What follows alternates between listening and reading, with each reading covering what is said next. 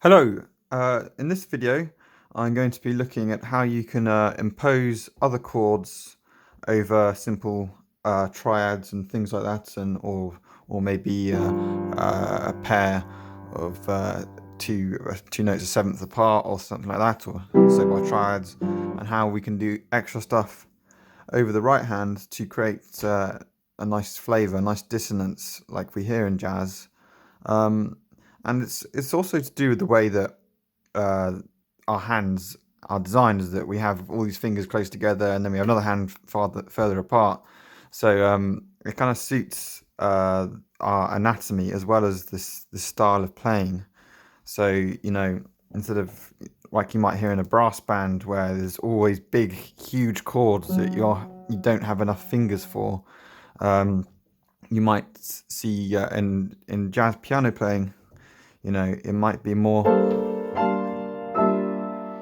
separate like that. So there's a bit of a gap in between because we don't have three hands, whereas that third area might be filled in a bit more in a full swing band.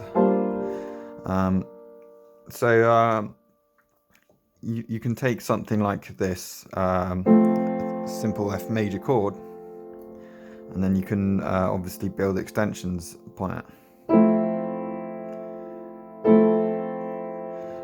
Then you get to a point where that A is already being doubled, and you can see, well, I could perhaps make an A minor chord, put that over the top. Or maybe a D minor chord would also fit, because essentially the only note that you're adding is a D. So all it really is just an F with an added sixth, just like adding an A minor chord over the top is. So I've written this small little piece just to demonstrate this, how you can do this. So not only can you do it, but you can create, when you have passing notes, you can harmonize the passing notes as well. So I'll go into more detail on that. I'll just start to play the piece.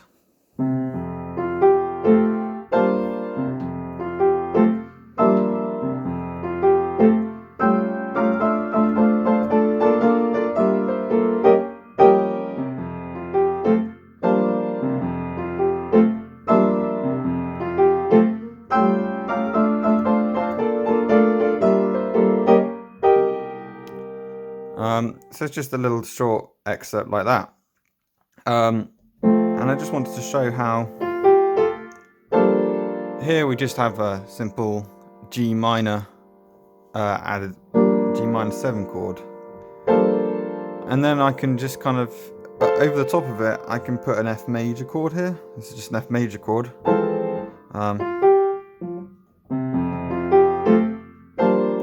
It's actually there, yeah. This is the inversion I use, so that'd be second inversion up here, and I'm not actually adding that much. All I'm adding is an A to it, because all the other notes are doubled up, but it also has a nice character to kind of hear those two. You kind of hear that character of those two chords alone as well. And I can continue this. I can try something else like that. Adding, so what am I adding here? I'm just adding an A. Well, I'm actually all the notes I'm adding up here, so that's going quite far actually. You're basically creating this chord, but obviously in this form it's fine. It's quite a handful, but like this, with that distance, it seems to let it breathe a little bit more. Obviously you might not want that effect. Sometimes you might hear it like this. You can get that, and you're getting all the notes I played here all in the same octave here. You see how there's different ways of just voicing the same chord, as long as you it's established that there's a G in the bass. They're just the same chords really as each other. And we're separating it out into its own A minor chord.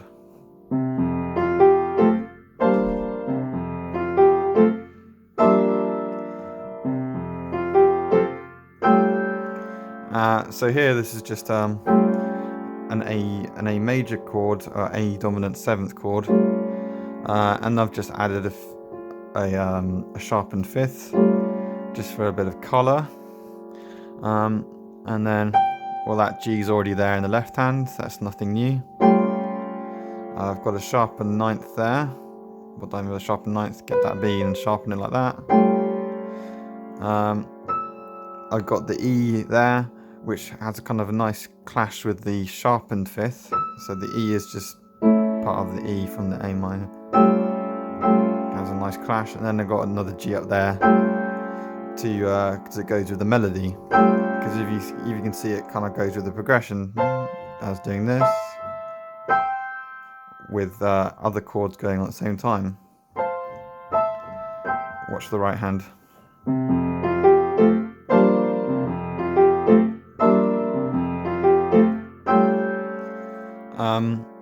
And then I'm going to go down to my next chord. So this is just a D minor 7th chord, like this. I've inverted it a bit, made the A the root, not the root, the lowest note. And then I just added an E, but obviously it's a bit too cramped for me down here. So I put it up here, and I double some of the other notes, and I end up with a nice A minor chord up at the top. However, I also want to do a passing chord on the way down. I could just simply, from the chord before here, just to recap on that, have a little passing note like that.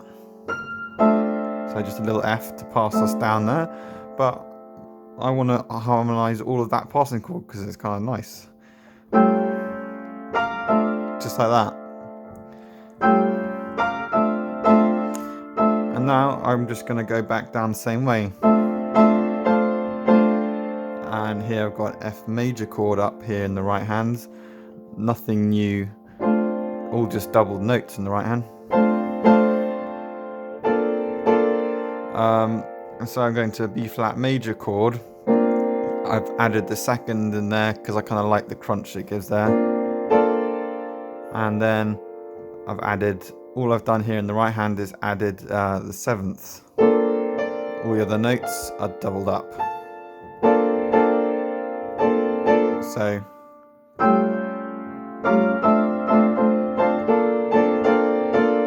and then the very last chord, I get rid of that top A because I want the melody to carry on going down. Just like that. And then what do I have after that? And so yeah, you could see this as an A minor chord over the top of the G minor chord, but really all it is just this chord, a G minor with all of the extensions added, because if I add one more I just end up going back to G. And I've just missed out the F just for for a bit more real estate.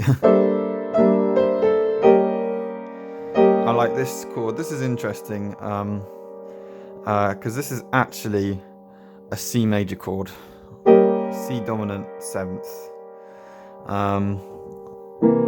It's actually that. How is it actually that? So basically, I've omitted the 3rd. It's not. I don't usually omit the 3rd. It's not something I've delved into much. But it is done. There's a video where Herbie Hancock talks about how he started to omit the 3rds, all because of him mishearing Miles Davis saying skip out the butter notes, which he thought meant the 3rd and the 7th, so he started to skip out them. But I guess this would be one of them. It's still got the 7th in there though. So I've taken out the 3rd here. In fact, let's go back a bit. It's basically this chord, C dominant 7th. Take the 9th. I'm going to flatten that. And also sharpen it. So I get this. Okay, and then we're going to leave the root and and the third behind, and then we get this chord, and then you can see that I've got these notes, these 3 notes. So what I'm going to do is just double them up an octave higher, keep it in that one as well, and add in the G, and then we've got our chord.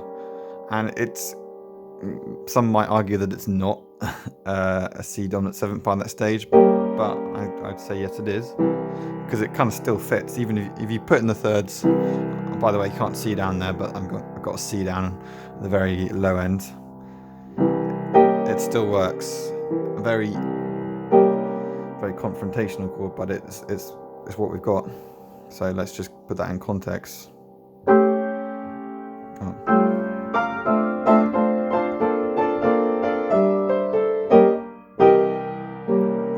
Getting all the notes, can't quite fit all the notes in there, but you see that actually works, and then back to F. So that's one of the things we can do with that, and I'll explore that again in another video, looking at the first 10 seconds of In Your Own Sweet Way by Dave Brubeck.